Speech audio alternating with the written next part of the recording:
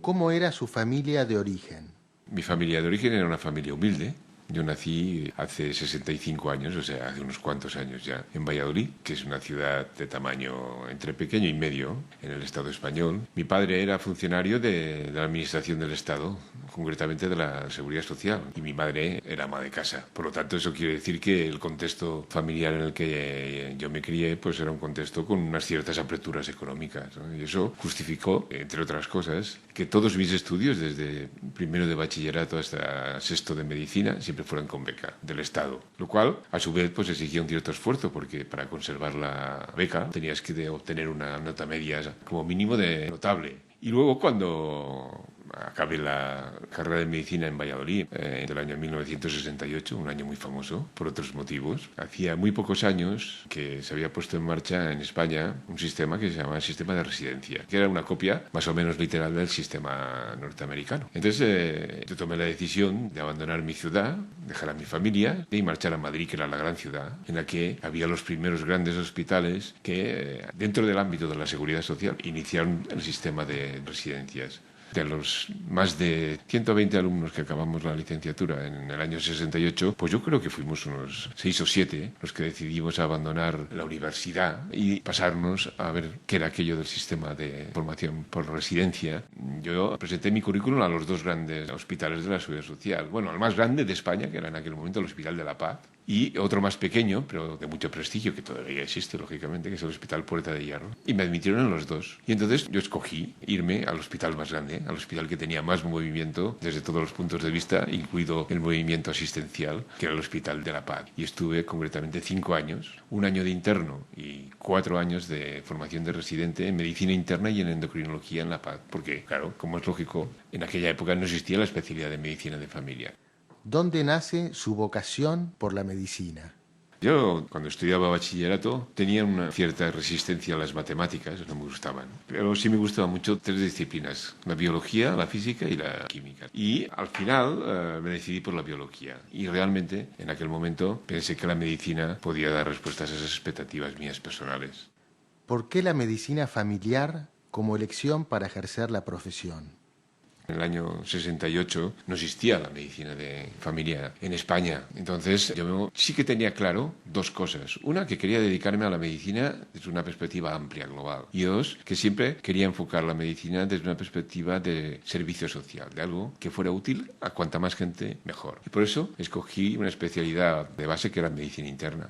Y dentro de la medicina interna, mi mayor curiosidad se dirigió hacia la endocrinología, sobre todo porque la consideraba una especialidad fisiopatológica, muy deductiva, poco memorística, muy pensada para analizar que de algo se le derivaban otras cosas. Pero mi base de formación es medicina interna, ¿no? Y a eso me dediqué en los 5 años en los que estuve en La Paz. Mi vocación por la medicina de familia fue una vocación secundaria, porque después de formarme durante 5 años en La Paz y de muchos avatares personales y políticos, porque en aquella época, aparte uno de formarse como residente, hacía otras cosas, sobre todo cosas en el ámbito político, porque no hay que olvidar que eran los años finales de la dictadura franquista. Entonces la lucha contra la dictadura franquista impregnaba absolutamente todos los ámbitos, entre ellos, pues evidentemente el de la medicina. Yo siempre había tenido también inquietudes en relación con la política y me presenté a representante de residentes de La Paz, que éramos unos cuantos. Entonces, como representante de residentes, pues me tocó ponerme al frente de movimientos reivindicativos que tenían siempre una mezcla política y profesional, de reivindicación de la calidad docente. No hay que olvidar que en aquella época los programas de residencia empezaban. Entonces, esa fue una faceta que, aparte de la formación médica, me enriqueció de una manera muy importante desde el punto de vista personal. Evidentemente me dio muchos disgustos, porque al ser representante de residentes, cada vez que había algún conflicto, al primero, o a los, porque no éramos solamente uno, había un representante de residentes en cada uno de los 4 grandes edificios de la ciudad sanitaria. Pero eso, de alguna manera, es cierto que condicionó mi vida personal y profesional, porque cuando yo acabé la residencia en La Paz, Pues aunque tenía un currículum bastante bueno y había hecho ya incluso mis publicaciones, yo era un revoltoso, una persona que podía ser más o menos brillante, pero que no era muy tranquilizador para el sistema ni para las autoridades, ¿no? Entonces eso hizo que, al contrario de lo que pasó con la mayoría de los compañeros de mi promoción, no pudiera quedarme en La Paz, que era mi intención inicial. Pero bueno, eso me obligó a cambiar y entonces la siguiente ciudad era Barcelona y vine concretamente al Hospital de Bellvitge, que entonces se llamaba Hospital Príncipes de España. Yo ahí aterricé en el año 1974 para hacer de médico especialista de medicina interna y endocrinología. Desgraciadamente, a mediados del 75 ya volví otra vez a estar en la calle por motivos políticos, porque en aquel año 75, que era el año, sabéis, que se murió Franco, a los residentes todavía se exigían como requisito lo que se llamaba el certificado de buena conducta política. Y entonces los residentes se pusieron de huelga precisamente en contra de que se continuara exigiendo ese certificado de buena conducta para poder acceder a plazas de formación. Y hubo una serie de médicos de plantilla, de adjuntos, yo era adjunto en aquel momento de medicina interna, que apoyamos ese movimiento y nos echaron a la calle después de varios altercados con la policía y demás. Entonces estaba en la lista negra. Significaba que no podías trabajar en ningún hospital de la Seguridad Social.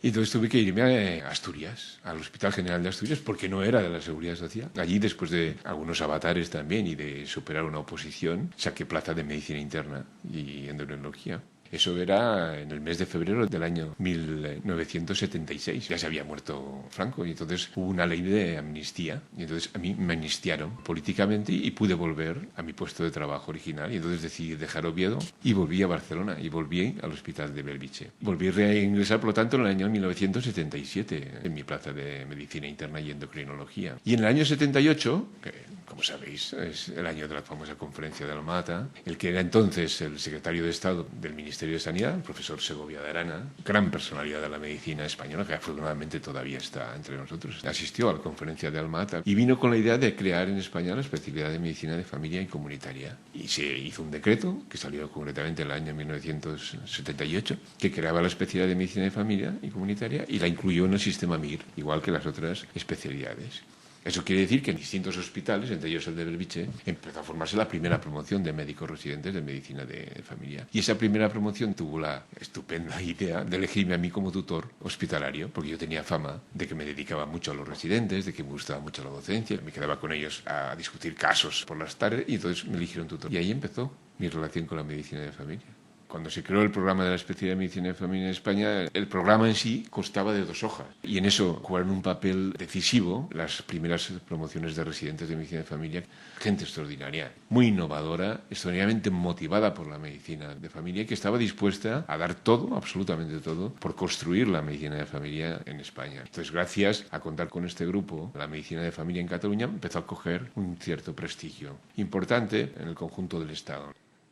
¿Qué diferencia a la medicina familiar de otras formas de ejercicio de la medicina?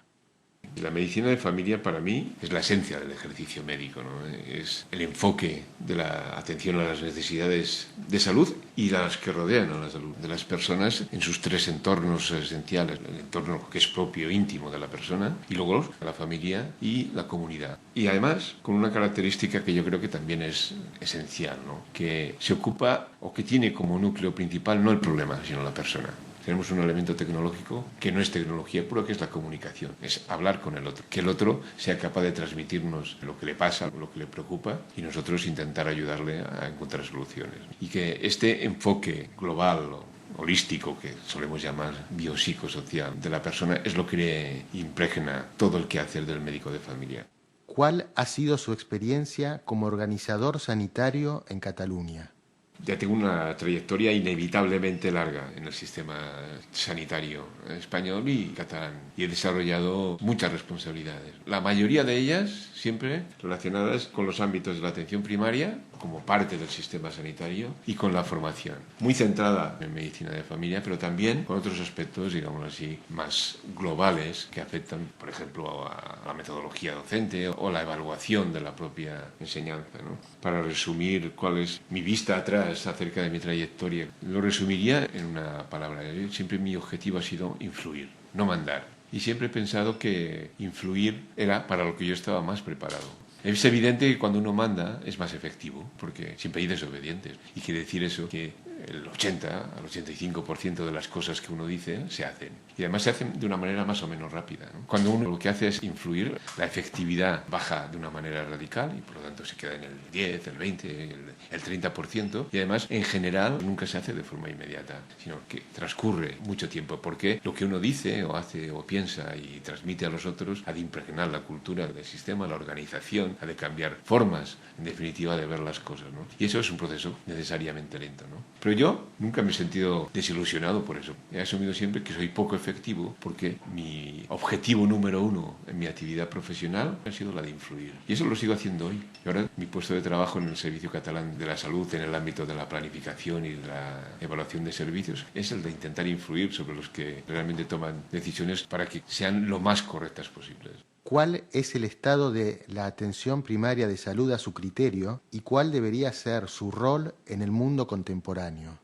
Estamos pasando una época de crisis. Están cambiando los propios sistemas sanitarios, por un lado, y los profesionales, por otro, ¿no? Creo que los sistemas sanitarios, desgraciadamente, cada vez están más basados en lo que podríamos denominar las tecnologías duras, el hardware. Todo aquello que realmente va sustituyendo, yo creo, de manera absolutamente exagerada, a lo que es la interacción, el contacto personal. Y eso pasa en la clínica, ¿no? Cada vez ve con más alarma, como por ejemplo, va desapareciendo la historia clínica, o una exploración física detallada y va siendo sustituido por otros elementos. ¿Para qué le voy a explorar el pulmón si le voy a pedir una radiografía? ¿Para qué le voy a auscultar si le voy a pedir un electrocardiograma o una ecocardiografía? La medicina cada vez está más tecnificada con tecnologías duras que además no son caras, ¿no? Y eso influye decisivamente sobre los profesionales. Y hace que esta influencia influya en la crisis tanto en la formación de grado como en la formación especializada, en la formación de posgrado. Y ahora mismo estoy dirigiendo un proyecto de investigación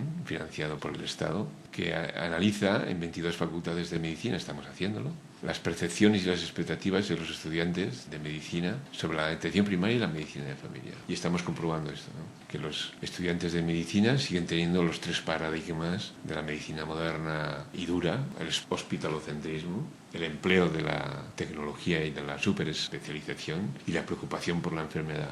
Predominan de manera muy clara estos paradigmas de la medicina clásica. Y en el posgrado pasa lo mismo. Nada más hay que ver qué pasa con la especialidad de medicina de familia a la hora de elegir plazas en el sistema MIR, ¿no? Uno se da cuenta de que la medicina de familia no está entre las preferidas de los recién licenciados, porque estos paradigmas no son algo transitorio, son paradigmas que empiezan antes de que uno ingrese en la facultad y se van intensificando en muchos casos a lo largo de la licenciatura. En muchos casos, y eso es una reclamación con la que llevamos luchando desde hace años mucha gente y también las sociedades científicas de medicina de familia, porque no hay un contacto, un conocimiento suficiente del estudiante de medicina con lo que es la atención primaria de la medicina de familia. Por lo tanto, posibilidades para equilibrar esos paradigmas, ¿no? El paradigma de la tecnología con el de la comunicación, el paradigma de la persona con el paradigma de la familia. Luego también ha sucedido otra cosa en los sistemas públicos, que es lo que tiene que ver con la pérdida del profesionalismo, la pérdida de la independencia del profesional, lo que podríamos denominar la funcionalización de los profesionales. Creo que esta pérdida del concepto clásico de profesionalismo, de sentir que realmente uno tiene la obligación ética, la obligación moral, la obligación técnica de mantenerse al día, de mantenerse competente y de estimar que realmente lo que hace está siendo de utilidad, no solamente para una empresa, para algo impersonal, sino para precisamente los pacientes que uno tiene a su cargo. La conjunción de estos factores, tecnificación, este mantenimiento de los paradigmas que yo siempre llamo duros de la profesión y esta funcionalización, esta pérdida de la independencia, esta pérdida de la autonomía. Es un binomio. Que tiene autonomía tiene responsabilidad. Uno, como profesional, se tiene que caracterizar, en definitiva, por tener autonomía y por ser responsable y, por lo tanto, de dar cuenta a nivel individual a la persona que atiende, pero también a nivel colectivo, a la sociedad, de lo que está haciendo, ¿no? A pesar de todo, sigo siendo optimista porque, entre otras cosas, por ejemplo, a través de este estudio que estamos haciendo en las facultades de medicina, observo que hay un lento pero persistente crecimiento de este colectivo de personas que quieren ejercer como médicos desde una perspectiva más global, más cercana a las personas, más cercana, en definitiva, a los problemas reales. Mientras no consigamos que los políticos, los gestores, las personas que toman las decisiones consideren a la atención primaria de la medicina de familia como mínimo, repito, yo creo que es más importante, pero como mínimo en igualdad de importancia, no avanzaremos lo suficiente, evidentemente. Eso también lo digo siempre, ¿eh? Y por eso digo que soy optimista. Yo cuando echo la vista atrás y analizo lo que pasaba antes del inicio de la reforma en España, hemos avanzado muchísimo. ¿De qué modo observa usted las relaciones entre hábitos y estilos de vida y la epidemiología de las enfermedades prevalentes de nuestros días? Como un aspecto de importancia creciente y no reciente, porque desde hace ya muchos años, desde la época de la Londe, se sabe perfectamente que el nivel de salud está influenciado de forma muy clara, aparte de por los elementos genéticos o biológicos puros, por los comportamientos y por el entorno social. Entonces, el que uno sea capaz de adquirir hábitos y tener condiciones de vida y trabajo saludables es esencial. El sistema sanitario soluciona, entre comillas, lo de solucionar, ayuda a sobrellevar, sería lo más adecuado, la vida con muchos de los problemas de salud que existen. Por eso es importante la prevención, y no tanto desde la perspectiva del cribado y de preocuparse de tomarse la tensión cada cuarto de hora o medirse el colesterol de manera obsesiva, sino desde el punto de vista de promover en la población hábitos y condiciones de vida saludables. Existe uno que muchas veces se descuida, que es el de promover una utilización adecuada de los recursos sanitarios, porque las instituciones sanitarias tienen sus peligros, tienen su riesgo. Cuando uno va o ingresa en un hospital o va a una consulta, siempre tiene un riesgo, incrementa su riesgo. Evidentemente mejora en otros, pero siempre tiene un riesgo de que aquel que le va a operar, aquel que le va a dar un determinado consejo, aquel que le va a recetar determinado medicamento se equivoque. Por lo tanto, aprender también a utilizar de manera no excesivamente medicalizadora los recursos sanitarios y a hacerlo tomando responsabilidades propias en el cuidado de la salud es otro elemento clave que muchas veces se olvida. ¿Por qué alguien podría desear ser médico en la actualidad? Evidentemente, si uno quiere ser médico para hacerse rico o famoso, lo tiene mal. Es mejor que escoja otro ámbito de actividad. Yo creo que desde siempre, y ahora sobre todo, si quiere ser médico, tiene que ser porque tenga un espíritu de servicio a los demás, porque quiere ayudar a los otros, sobre todo a otros que están en unas circunstancias, digámoslo así, desfavorecidas. En definitiva, para ayudar a bien vivir y bien morir a las personas.